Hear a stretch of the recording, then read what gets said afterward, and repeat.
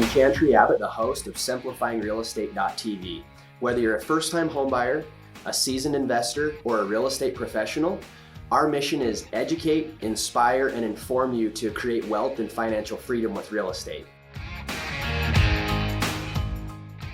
So I'm sitting here with my good buddy Carl Wright with R1 Appraisals. Yep. So Carl, you and I have known each other, dude, since like 2009. Yeah, 2009. Cool. It's been a long time. Thanks for having me today. Yeah. I appreciate it. So we just wanted to bring you in and just chit-chat about appraisals, right? Great. It's nobody ever knows what they're about. Yeah. From a loan standpoint, everybody wants to order their own appraisal. Right. I tell them that I wish you could. I wish I could just call you. So we'll Yeah. dive into that a little bit. Great. How long have you been doing appraisals? 15 years now. Wow. Yeah. It's crazy how quickly it goes. I started my career in Salt Lake and moved down to St. George in 2006 and have been going strong ever since. How many do you think you've done? We keep track of it, actually. We just hit our office. This isn't me individually, but our office combined has done 25,300 valuations. Wow. And we opened our R1 appraisals in 2008. So in the last 11 years, that's... Picked a good time to open an office, 2000. Right. It was everybody was jumping out of of real estate, and Nick Lyman, who's my business partner, we jumped in 2008, and Sam Sampson told me one time that if you can make it through those down parts of the market, you come out a leader on the other side. And we had to really work and struggle for the first few years. But as soon as 2011, when we hit the bottom of the trough, things just have continued to be amazing since then. So I got my mortgage license in 2007. Wow. Same story, right? In fact, we were in the same building, if anyone knows here in Southern Utah, the Black Ridge. The sinking building. Yeah. Is it? Yeah, they had both of them? Both of them. Two. Mm-hmm. Both of them had some major issues that they've How many homes are in Washington County? I don't even know. I don't know that answer. I know there's like 130,000 residents. 130 to 150,000 residences. Yeah. So there's I doubt there's 50,000 homes, right? No, probably not. So you've probably been in almost half the homes. Some of them several times, right? Yes. Yeah, we do. Chances are we've appraised your house in the past. Yeah. We have 5 appraisers here in Southern Utah. Okay. And then we have 3 appraisers in Northern Utah. Wow. So we have 2 offices now. Cool. So and soon one to open in the Phoenix area. Cool. So a couple kids, or at least one that's wrestling. I have two that wrestles. Right, 2 that wrestles. I have a 12-year-old boy who's involved in sports. Football and baseball are his primary sports, and then a little girl that's 11. She's a cheerleader. Oh, okay. That's mom's girl. Yeah, that's mom's girl. She's a daddy's girl though too, because she has 3 brothers, and so she's pretty rough and tumble. Tough. Yeah, she's tough. And then Porter is 9, and he's involved in wrestling right now, and he plays baseball and football. Yeah. And then Tanner's our baby. He's 7, almost 8 in February. He'll be 8. So, and he's loving wrestling. That's too. Fun. So that's fun. Teaches him a lot. Huh? I just say that because I got my boy in wrestling. Right? He's only 5, but he's having a blast with it. He doesn't know what he's doing, but he loves to run around and get wild. Yeah, I'm heavily involved in coaching. I love to coach youth sports. So I coach football and baseball. Yeah. The 2 boys. So this year we're starting baseball next week. We've got a 13U team and then a 9U team. Wow. And so that's a full-time job. It is a full-time job, but it's kind of like my way of giving back. I had some amazing coaches growing up and who changed my life. Right. And I feel like sports can give kids a foundation to build on for life. And I played sports growing up and obviously set me up for a good work ethic, things like that. There's just getting along, being a teammate, coaches, right? Teammates, helping your team. Helping to control your temper. Right. My boy's currently struggling with learning how to lose. Yeah, right. Yeah, we all have to do it. We all have to do it. But the sooner you can learn how to lose, the better you are. Because, as you know, in our industry, failure is every day. Right. I mean, you don't get the loan, you don't get the bid. Hey, you guys are working on an appraisal for us right now that you're like, I just can't find the comps. Right. What's the kid's name? That's the newer kid that's with you. Kenny. Yes. He's He's awesome. He's trying so hard to do everything he can. So let's talk about appraisals in the standpoint of what's dramatically changed. Because when I first got in the mortgage business, it was simple. Yes. Carl, I've got a mortgage we're looking to do at 300 South Main.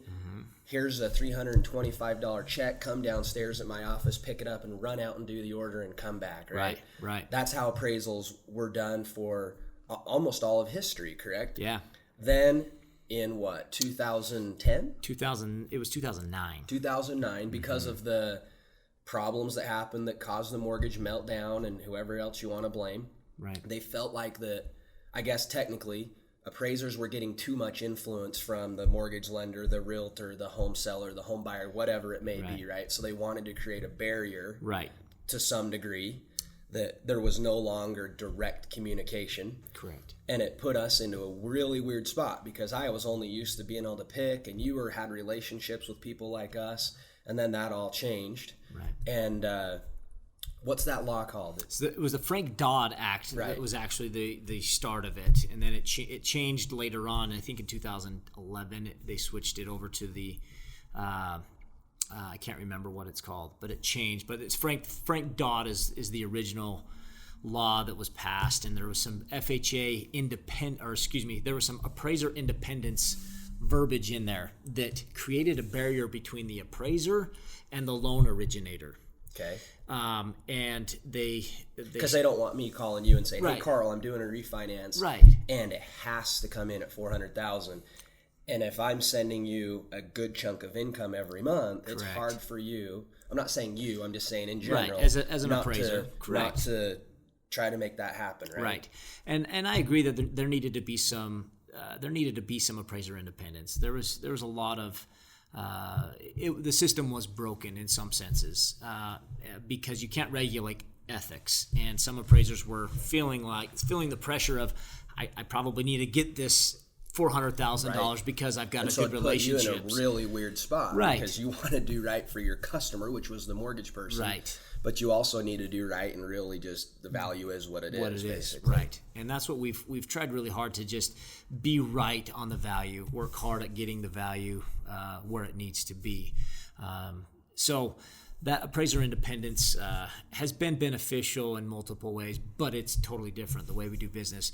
They implemented what's called an appraisal management company, which is a third party to the appraiser. So now we call them basically an AMC, so an appraisal management company. Yeah. So tell us about that. So when you go to get a loan, your loan will be sent, or your appraisal will actually be sent to a third party called the AMC, or the appraisal management company. And that appraisal management company has a panel of appraisers on there that they do business with, and they rotate through those appraisers independently so that the loan originator does not know who gets their appraisal. Right. It creates a barrier between the appraiser and the loan originator so that there's not that undue pressure to have to hit that number or to maintain that relationship. Right. They're on the panel, and it's every 5th or 10th or however many people they have on their panel, they just rotate through it. So you guys as an appraisal company or an independent appraiser, or you guys as your company with 5 of you here, you're on several panels, right? And then as a lender, we can choose to participate with 1 or 2 or 3 different kinds of panels. So like at Guild, we use the one panel, the one AMC that has you guys and a few others, because we have to have a certain amount. Correct. I think we had to have, at the time of setup, I want to say at least 4 or 5 appraisers from 4 or 5 different companies. Right. We could have more than that, which we do because we have your whole crew, and then a few others at other places because they don't want to have too much influence, right? And so we're ordering it, this kind of a blind order, I guess. You're receiving it from a third party. And then you're getting the order done, and then you're sending it back to the company, and we're getting it. We never have technically direct communication is what the intent is, right? Is that That's right. I'm never, as the loan officer or the customer, well, the customer, I guess, will see the house, but me as the loan officer technically isn't going to have direct communication with you until the order's done. Correct. Is essentially the deal. Correct. On a refinance, the customer knows, the borrower, the homeowner, knows what they think the value is, right? Right. And so when I order one through that, there's nothing that indicates what our goal for value is to you. No, there's no estimated value on an order. So then you get the order, and part of the order is their contact information. So you guys are calling them to schedule a time to come see their house, right? Correct. At that time, most people are, it seems like everyone thinks their house is worth a little more, right? Just because they've got the upgrades and those kind of things, and we could dive into that for a second. Right. They then they schedule time for you to come to the house. You go to the house. How long on average would you say you're at the home? It depends on the size of the home. But we're looking, I get this question all the time. What are you looking for when you go to the house? So we start at the roof and we go all the way to the foundation. We look at everything in between. We look at the quality of the house. We look at the condition of the house. We look at the upgrades of the home. We look at the flooring. We look at the cabinetry. We look at the countertops, the bedroom count, the bathroom count. If the home is an older home, when it was remodeled, and what the remodel entailed. We try to gather as much information at the inspection as we can to be able to produce a credible report. So if the home is a large home, we could be there upwards of 45 minutes to an hour. If it's a small box that's 1,100 square feet, it could take as little as 15 minutes. Yeah. Just depends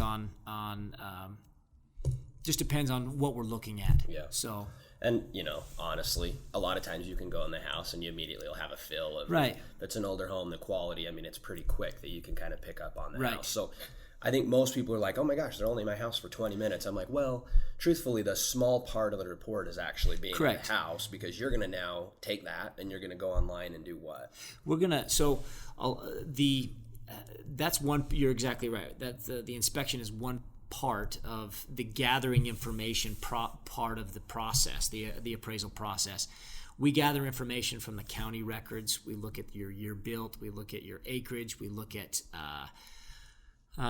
the size of the house. We compare all of that stuff. So we're gathering data from the county. We're gathering data from the recorder's office, from the assessor's office. We look at your plat map. And then we do the physical inspection. So all of that is the gathering information part. Then we take that information and we try to digest that and put it into the appraisal. And then we use what's called market-driven adjustments to determine how the market responds to the different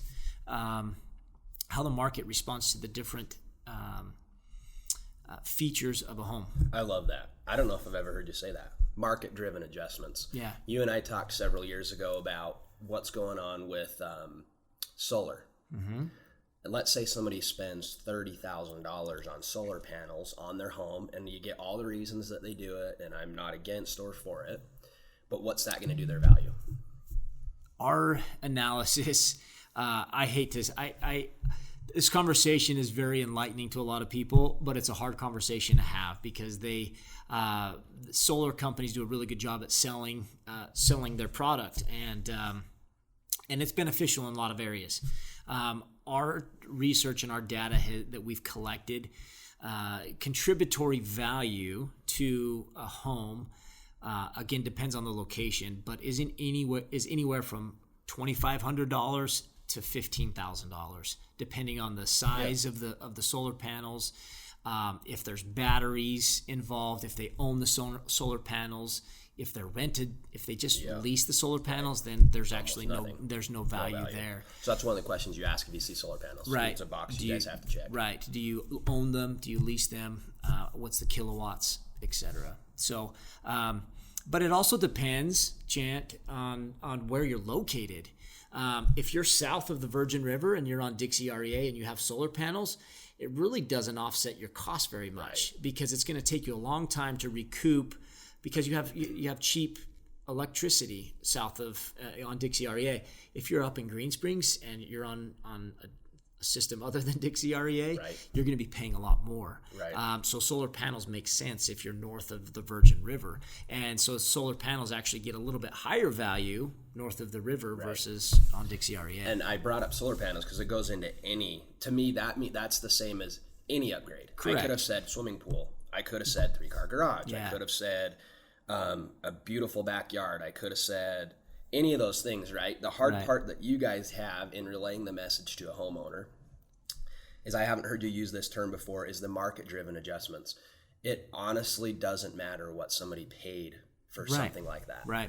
And truthfully, on a new build, yeah, you guys know the cost to build, but still that in of itself doesn't necessarily determine the value. What you guys as appraisers, maybe correct me where I'm misleading this, is market-driven adjustments are if you were to sell your house, what documented data do we have from sold homes that prove that home sold for that much more to equate to what they did to it. So the simplest analogy is you've got an old Toyota that's got tires and rims, and you've got an old Toyota without tires and rims.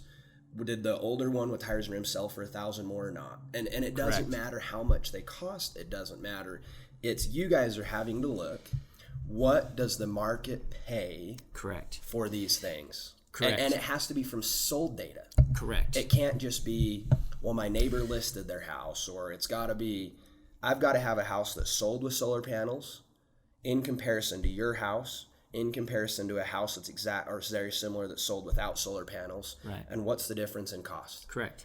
And that's where people get... Not cost, the difference in value. Sorry, the difference in the sales price. Right. I'm glad you corrected that, right? The difference in the sales price of the home. That's the hard part. And that's where it's almost impossible for you to ever answer a specific question of what is... Because we get it all the time, right? Yeah. How much is solar panels going to add to my house? It's like, well, you'd actually have to physically go find homes... that are similar to that have solar panels that have sold and go...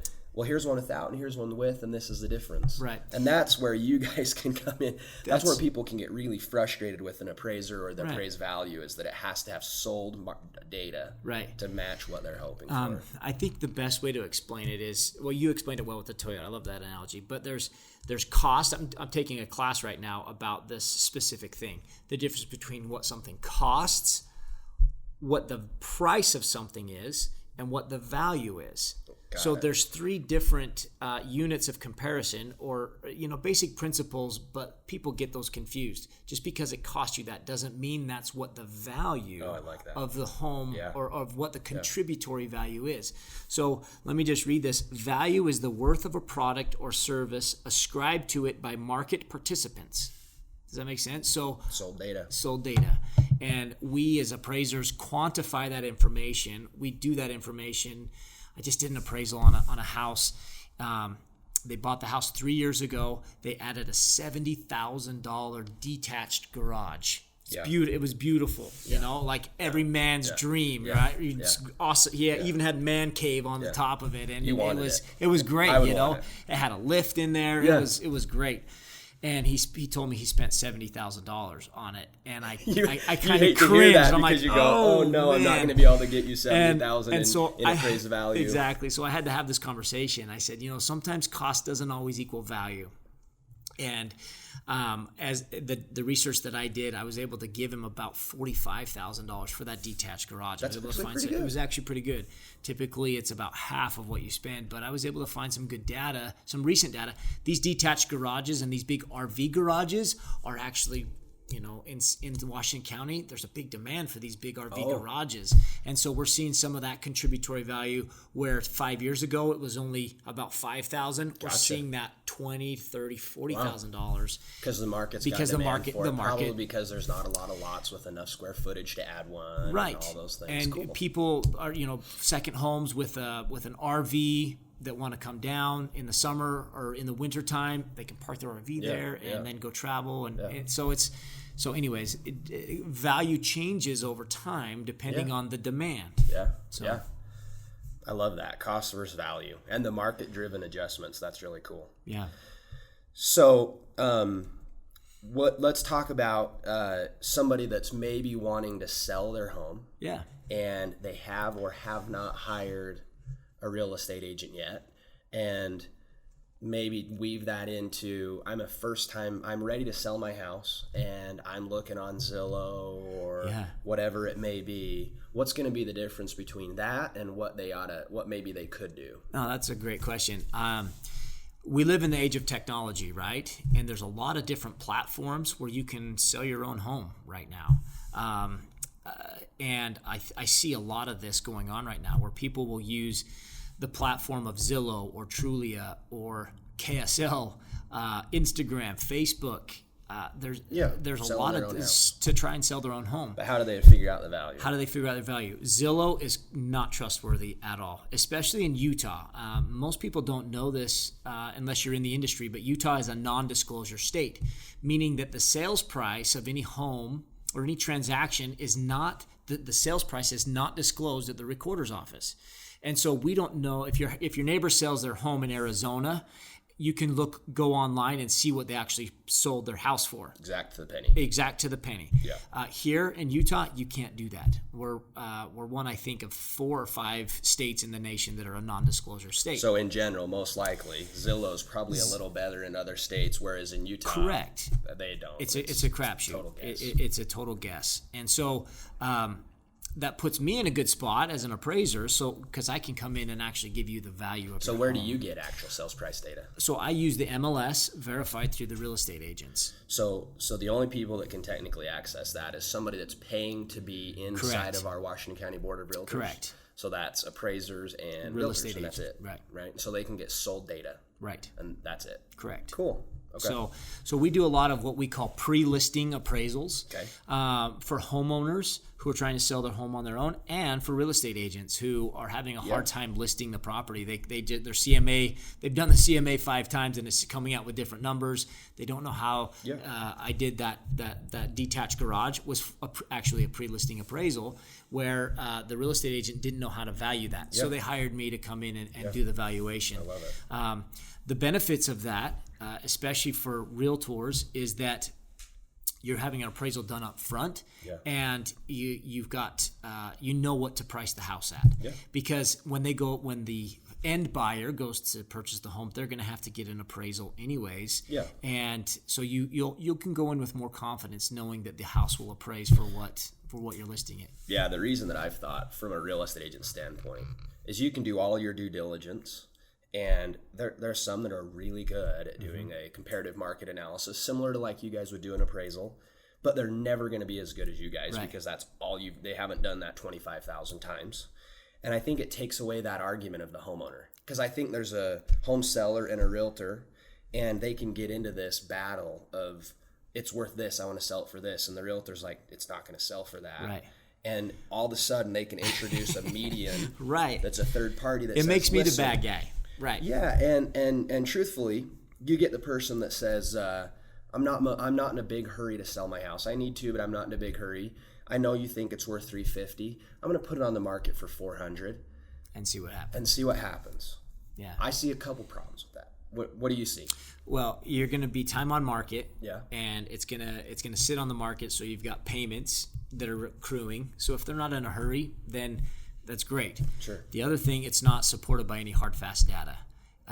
They just say, I think it's worth $400,000. If I get an offer for $400,000, I'll take it. Yeah, let's say they do. That's great. But then the appraisal has to actually. And here's where that happens is you put your house on the market because you're just going to say, well, it's unique. A unique buyer will pay more than it's worth. Maybe. I'm going to put it at $400,000. Well, if it's a financed buyer, they come to us, let's say, we go order an appraisal, our loan to value is only going to be based on the appraised value. So now the client, the person buying the home, either has to come up with probably more money out of pocket, or they now have to go to that seller and say, hey, the loan I'm qualified for, I can only buy your house for what it appraises for, which was $350 maybe. So now we have to lower the price to $350. Yeah. Or maybe it's a cash buyer. Are you seeing a lot of cash buyers getting appraisals on the purchase? Some. Not. It's hard to quantify how many people, but we see that often. Yeah. If you're a real estate agent, it's probably a safe. If you're gonna invest $500,000 into something, it's probably a good idea to hire somebody that can give you an independent eye. So I would encourage real estate agents if they do have cash buyers. So how much would it cost for somebody to just? So let's talk about really quickly. I'll differentiate that. An independent appraisal is when there's no loan involved. A consumer, either the realtor or a buyer or a seller, contact you guys directly and say, I'm selling a house, I'm buying a house with cash, or I'm a real estate agent listing a house for a client. We want you to do an independent appraisal. Yeah. Just super ballpark. What are they looking at cost? So you're looking anywhere. We have different products. Sure. But your standard appraisal is going to be anywhere from $350 to $400. Typically so let's $400. Say $400 to determine that you're not going to overpay by $30,000, or maybe as a home seller, it puts you in a really strong negotiating spot where if somebody wants to lowball you, you can be like, look, I've paid $400. I've got an appraisal. Right. Like, I'm just not comfortable going any lower than that. That seems like a no-brainer to me. Right. And not only that, but it's not only giving you a value, but we also measure your home. Oh, okay. And so we come up with what your exact square footage is, and you can rely on that. We use a laser pointer, and it's pretty accurate, and so you can rely on that as your source of information for your square footage. From a realtor standpoint, that's comforting to know. We look at what the county says is the data, and typically they're small. Yeah, so most people don't realize this. Your square footage and your home's, what would it be called, the plat map, which is basically the layout and everything, that's all public record, right? Correct. So you're saying the square footage isn't always accurate? Not always accurate. They do a pretty good job. The assessor's office here in Washington County does a really, really good job. Yeah. I love working with them. They're great people. But it might be wrong. And what if you find an extra 100 square feet? In fact, I did one the other day where it was 100 square feet off. The assessor had missed a measurement that was a half a foot over a 70-foot run. Wow. And so it actually added 100 square feet to this home. And what do you think that meant, just in value? Well, I mean, if you take let's just say the average price per square foot is $150 a square foot for that type of home, there's $15,000. So they paid $400. They paid $400 for exchange for right. And I'm not saying that happens all the time. Sure. But why not? Why take the chance of leaving money on the table? Yeah. When it costs you $400 to come and have an appraisal, that you're getting a measurement and you're getting a value placed on your home. What if it's the other way? What if you're the person buying the home and they've measured it 100 square feet too big, and now you're realizing that you're paying too much, right? Because they're not using correct figures, right? Which could easily happen, right? Even if you're a cash buyer, right?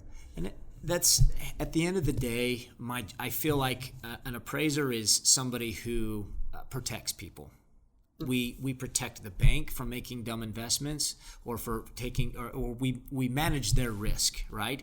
We help people manage risk is really what we do. We identify potential problems or potential things, and then let people make a decision. And so what we're really doing is just providing you information, and so whether that's to the bank or whether that's to an independent buyer or an independent seller, we're providing you information. Then you can make a decision on what you're going to do with that information. So that's an independent one. Is if they order. The other one is if somebody's going through a mortgage lender and a mortgage lender's ordering it through an appraisal management company. Yeah. The sticky part there is the lender technically ends up becoming your client, so to speak, right? And so your delivery of the appraisal report and everything is the lender, and then the lender chooses how to distribute that to the home buyer and everybody else. Correct. And those cost a little bit more. They do. The reason being is because now we've got this third-party appraisal management company that has a lot of work to do, truthfully. They got to communicate with us and you, and I'm sure they have all kinds of rules and protocols and stuff they have to go through. So it's another $150 or so.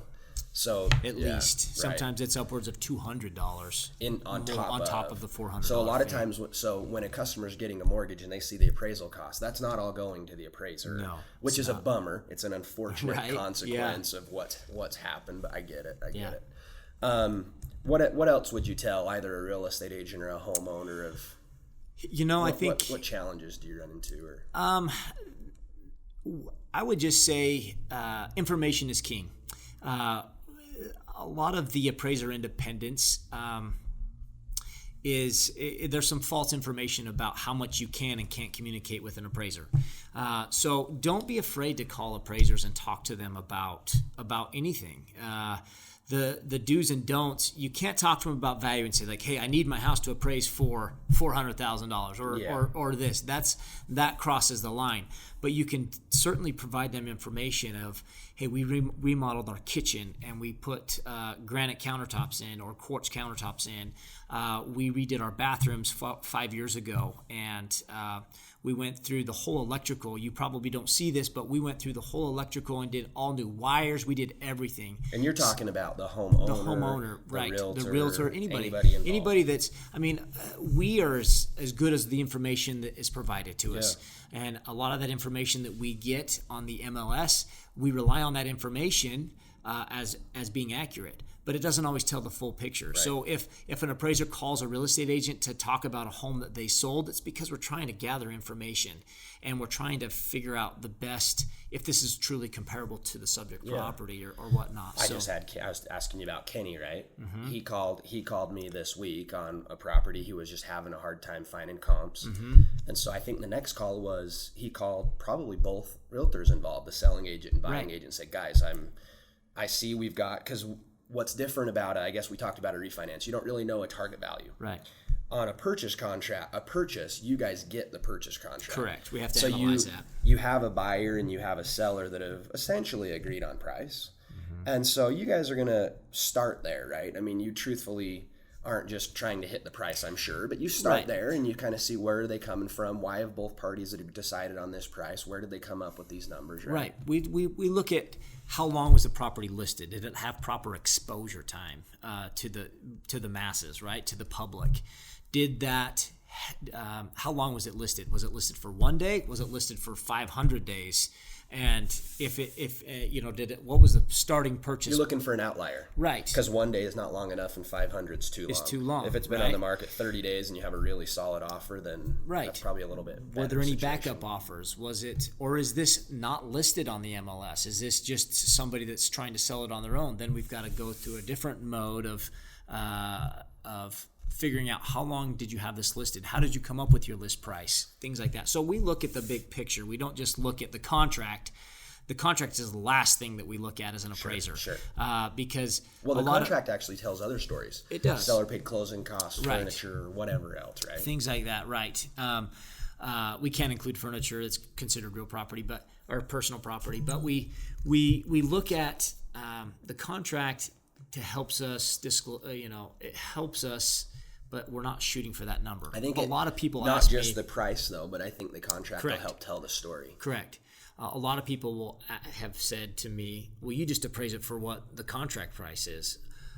Yes, sometimes we do. If both agents, because you've got good agents that have done their job properly, and that's what it's worth. And so, which happens more often than not. Truthfully, right? Truthfully, we have a ton of really so many good real agents estate here agents in town. So many good agents, and you get too involved, and a lot of times the market will determine the price really quickly. Right. And so if it's too high, most likely it's going to get either on the market for too long or right.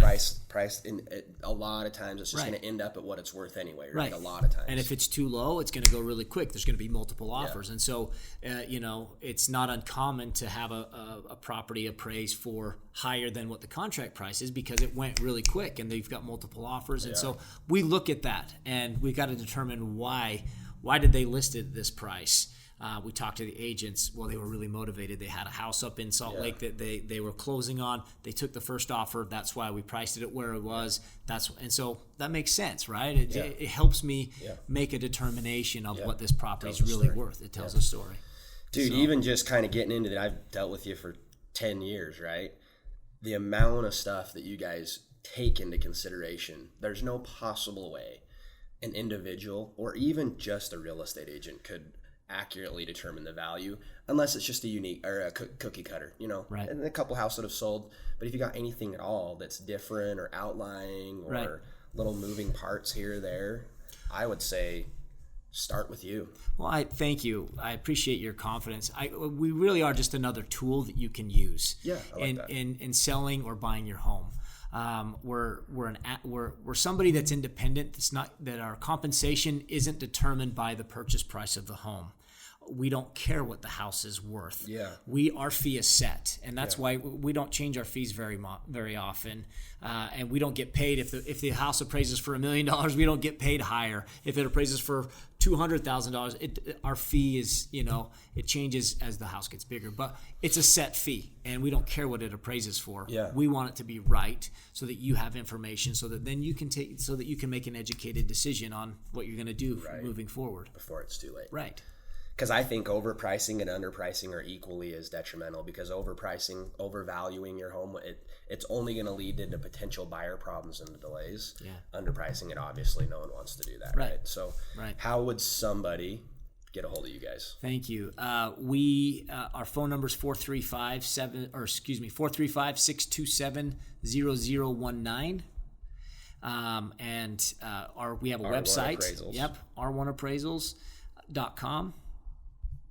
And and then my cell phone, if anybody wants to get a hold of me personally, it's 435-773-2429. So I think somebody that's even considering selling a house, it's a good place to start. It's a great place to start. Yeah. We appreciate that. It's we love doing these kinds of that kind of business. We call it non-lender work. Yeah. Because it simplifies it a little bit. It does. It simplifies it a little bit, and you're my actual client. When you had mentioned that there's when I get an assignment from a lender, my communication changes because they're my client now, and I can't really communicate, even though I'm appraising the seller's or the buyer's home. I really can't communicate my assignment results with them because they're not an intended user or of the report. But if somebody hires me independently, then all of a sudden I can have a direct communication with them. I can explain things. I can really go through a report with them on a personalized, intimate level. Yeah. So I think if you're looking to sell a house, if you're a real estate agent that just wants some knowledge, or maybe you're struggling with a CMA, or maybe you're just wanting to learn how to do CMAs a little better. It sounds like when you and I were just chatting before, you're wanting to kind of teach some of that. So if you're an agent that wants to learn how to do CMAs better, maybe you're struggling with the CMA, maybe you're struggling with a home seller that you guys just aren't seeing eye to eye, pay Carl to come be a third party. Right. I think there's a tool. I love that you said that. There's a lot of uses that a client or an agent could use. Absolutely. Daily almost. Absolutely. We love the opportunity to be able to work with any real estate agent and use us in your marketing scheme. We love to partner with real estate agents and be part of your team. We work closely with several real estate agents in town that they consider us to be part of their team. Yeah. When they've got a tough appraisal, they call us. Right. And again, it's just another tool in their bag of how to price homes correctly and how to deal with their clients. We do offer a class for real estate agents. It's catered to them for real estate agents on how to create a better CMA and how to price homes. I've got 15 years of experience on how to price homes and how to value homes.